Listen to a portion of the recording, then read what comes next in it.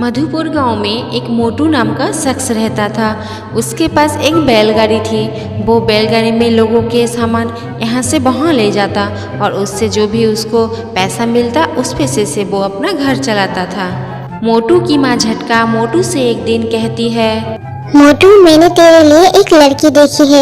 लड़की का नाम पतलू है और लड़की बहुत ही खूबसूरत है। अरे नहीं माँ, मुझे अभी शादी नहीं करनी है। तुझे तो पता है ना, मेरी आमदनी अभी अच्छी नहीं है और इसीलिए ही तो मैं बैलगाड़ी चलाकर कुछ पैसे जमा कर रहा हूँ ताकि मैं कुछ अच्छा और मुनाफे लायक कोई बिजनेस कर सकूँ। और जब तक मैं अपने काम में सफल नहीं हो जाता मैं शादी नहीं करूँगा।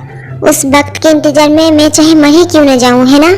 अगर आप मेरी शादी देख के खुश होती हैं तो ठीक है, मैं शादी करने के लिए तैयार हूँ।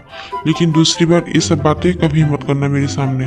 मैं तुझे कभी खोना नहीं चाहता माँ, मैं तेरे बिना नहीं रह पाऊंगा। मोटू तो शादी के लिए राजी हो जाता है, लेकिन मोटू पतलू नाम की जिस लड़की को देखने जाता है वो लड़की बहुत ही घमंडी और लालची होती है और हर वक्त अपनी सहेली से कहती रहती है, अरे पतलू, तू शादी कब करेगी? कितने अच्छे अच्छे रिश्ते आते हैं तेरे लिए, लेकिन तू हर बार मना कर देती है। सुना है कल भी तुझे कोई देखने आने वाला है।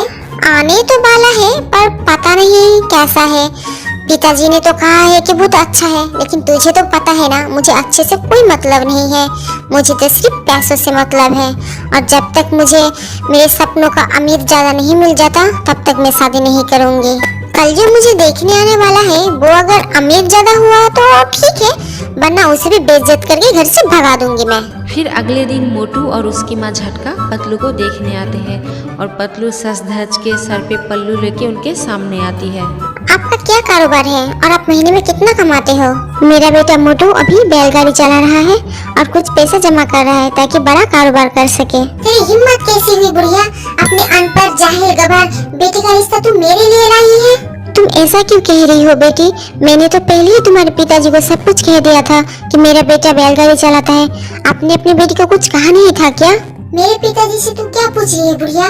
तू गई यहाँ से या तुझे धक्के मार के मैं घर से निकालूं? खबरदार, अगर तूने एक लफ्ज भी और मेरी माँ को कहा तो मुझसे बुरा कोई नहीं होगा।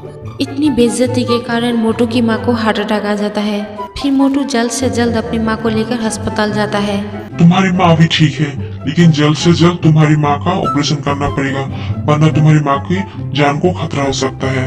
ऑपरेशन के लिए खर्चा कितना होगा डॉक्टर?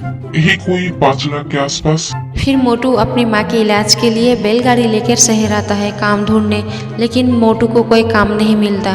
फिर कुछ दिनों बाद एक दिन मोटू जब खाना खाने ठेले के पास जाता है, फिर उसे सुझाव आता है कि क्यों ना वो भी ठेला लगाए और ऐसे ही सड़क पे खाना बेचे। फिर मोटू खाना बनाने का सामान लाता है और खाना बना के बैलगाड़ी में ही बेचना आरंभ करता है। फिर एक दिन जॉन नाम का एक आदमी मोटू के पास आता है और कहता है, मैंने तुम्हारे हाथ का खाना खाया है, बहुत ही स्वादिष्ट है और अगर तुम चाहो तो हम दोनों मिलकर एक रेस्टोरेंट खोल सकते हैं।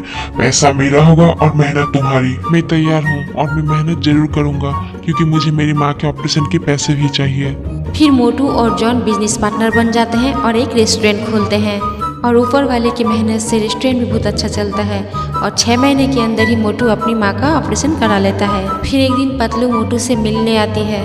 मोटू, मैं तुमसे शादी करने के लिए तैयार हूँ और मैंने तुम्हें जो बुरा भला कहा था उसके लिए मुझे माफ कर दो। पहले तो मोटू बहुत जोर जोर से हंसता है। शादी और तुमसे? तुमने सोचा भी कैसे कि मैं तुम जैसी लालची और घमंडी लड़की से शादी करूंगा? चलो अब रास्ता दो मुझे। फिर मोटू अपनी गाड़ी लेकर चला जाता है।